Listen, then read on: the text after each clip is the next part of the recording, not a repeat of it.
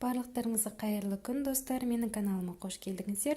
Сіздермен Мөлдір. Бүгін біздер мынадай пирожный торт жасайтын боламыз. Дайындалуы өте оңай, және де үй жағдайында жасауға болады.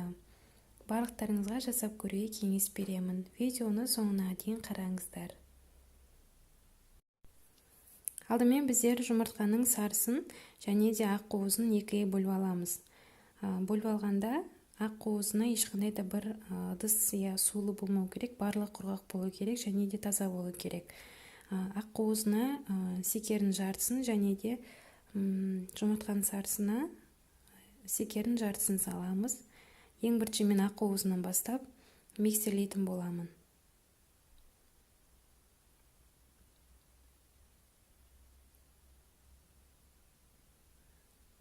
Ақуызын жақсылап тұрып араластырамыз миксермен. Ал жұмыртқаның сарысына сұйық май мен сүтімізді қосамыз.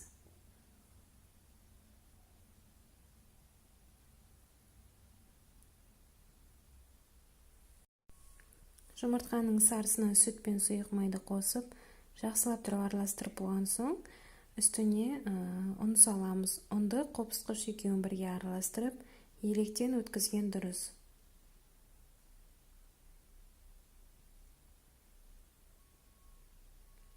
Жақсылап тұрып електен өткізіп саламыз жұмыртқаның сарысына. Ұн мен қопсытқышты қосып болған соң, жақсылап тұрып барлығын бірге араластырамыз.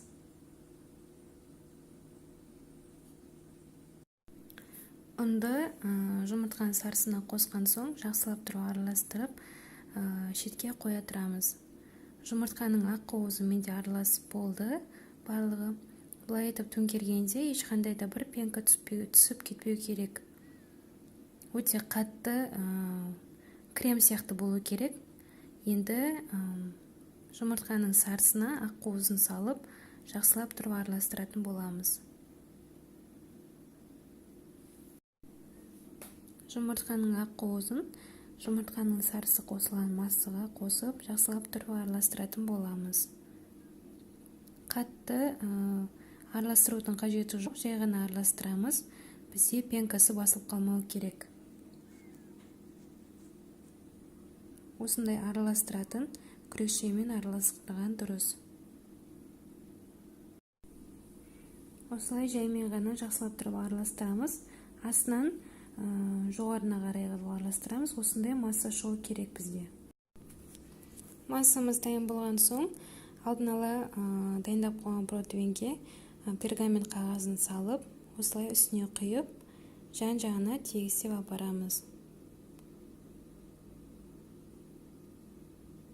Жұқалап төсеген жақсы, өйткені бізде ішінде қопсытқыш бар, ол біздің массамызды көтеретін болады.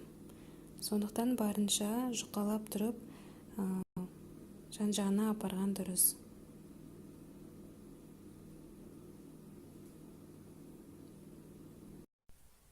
Бисквитіміз пісіп болған соң, мен сразу екеуін ортасынан бөліп, осылай жайып қойған болатынмын, тез сусын деп. Бисквитіміз суғанға дейін мен крем дайындайтын боламын. Кремге маған сливки керек, кілегей 33%. Оның үстіне мен қант ұнтағын қосып, сүзгіден өткізетін боламын. Қант ұнтағын қосып болған соң, сүзбелі ірімшігімізді қосып, жақсылап тұрып миксермен араластырамыз. Қоюланғанға дейін. Жақсылап тұрып араластырамыз. Креміміз дайын болған соң, бисквиттің бір жақ бөлігін алып, арнайы мешокке кремді салып, бисквиттің үстінен жағып шығамыз. Безендіру жағы өзіңіздің қалауыңыз бойынша. Мынандай қылып безендіру керек деген қағида жоқ. Өзіңіздің қалағаныңыз бойынша безендіруге болады. Фантазияңызға байланысты.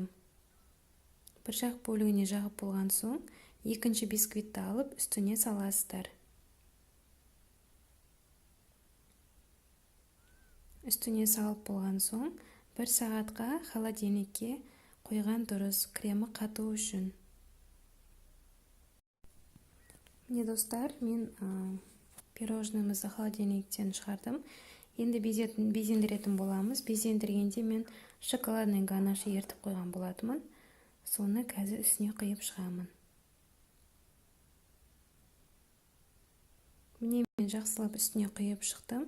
Енді үстіне әдемілік үшін сахарный пудра қант ұнтағын себетін боламын. Өздеріңіздің қалауыңыз бойынша безендіруге болады.